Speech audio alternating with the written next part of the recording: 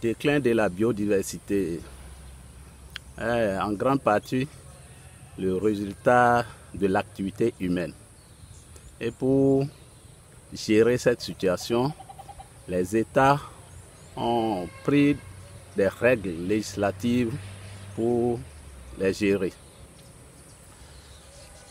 Parmi ces règles, au Bénin, sur le plan international, on peut parler de la ratification de la signature des conventions telles que la Convention de Washington, appelée aussi CITES,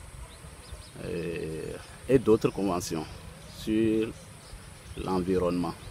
La loi 2002-16 du 18 octobre 2004 portant régime de la faune en République du Bénin. C'est cette loi qui a traité en détail les problèmes liés à la faune et aux parcs nationaux au Bénin. En dehors de ces textes, il y a la loi 93-9 du 2 juillet 1993 portant régime des forêts en République du Bénin. En dehors de ça, il y a la loi 2014 qui est la loi cadre sur l'environnement qui en a parlé.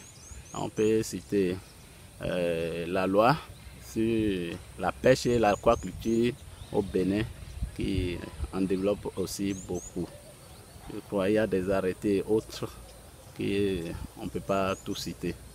Alors, lieutenant, vous venez de citer tout un arsenal de textes au niveau international et national qui régissent la faune.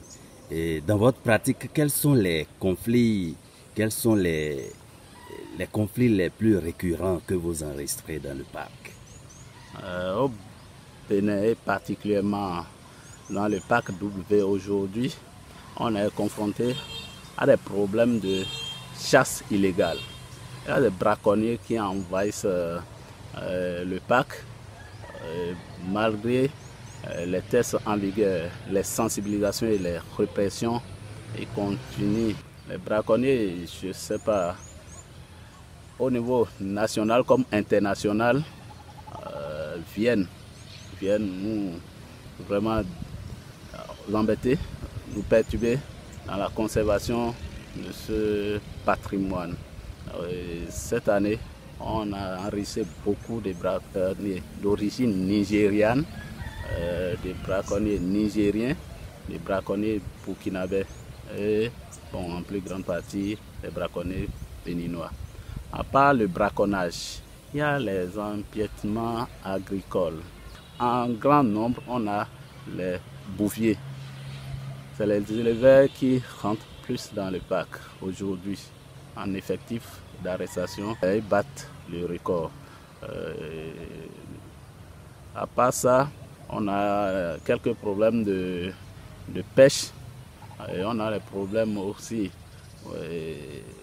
de la récolte, de la recherche des produits forestiers non liés, tels que les pailles, les perches, les écorces, les feuilles, les fruits de baobab. Ici, en l'occurrence, les gens nous perturbent beaucoup dans les parcs à la recherche des fruits de baobab. Les produits forestiers non liés dans des zones déterminées étaient autorisés en temps. Mais voilà, le problème d'insécurité, toutes les activités sont stoppées pour le moment en attendant de mettre de l'ordre. Mais la population, malgré les sensibilisations, continue d'aller tricher. Tous ceux qu'on raisonne ici aujourd'hui, ils disent qu'ils sont informés. Tous les braconniers savent que c'est interdit. Les agriculteurs savent que c'est interdit. Les bouviers savent que c'est interdit. Si on se laisse faire ce patrimoine mondial, ce patrimoine de l'UNESCO, cette richesse nationale, cette relique des animaux, des espèces en voie de disparition, va disparaître si on ne se prenne pas au sérieux. Merci mon lieutenant. Ceux qui enfreignent aux textes qui sont en conflit avec la loi lorsque vos équipes les arrêtent, comment est-ce que ça se passe la procédure et quelles sont les sanctions les plus fréquentes prononcées? Merci. Pour les activités ou bien les infractions forestières qu'on arrête dans les parcs aujourd'hui, c'est à 99% des flagrants délits. Il n'y a pas de doute. Là, si on arrête quelqu'un dans cette situation, top, la première autorité à toucher, c'est le procureur. Pour le braconnage, la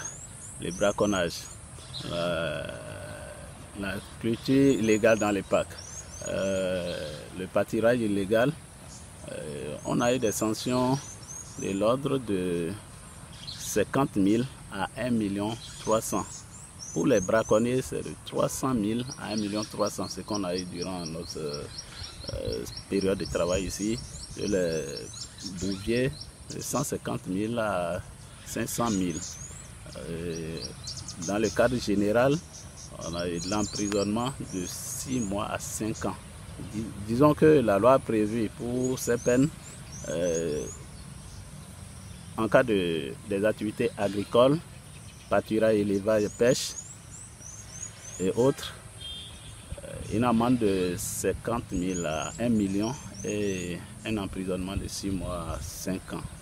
Au niveau de la chasse, le braconnage, la chasse illégale, c'est prévu 300 000 à 800 000 avec un emprisonnement de 6 mois à 5 ans maximum.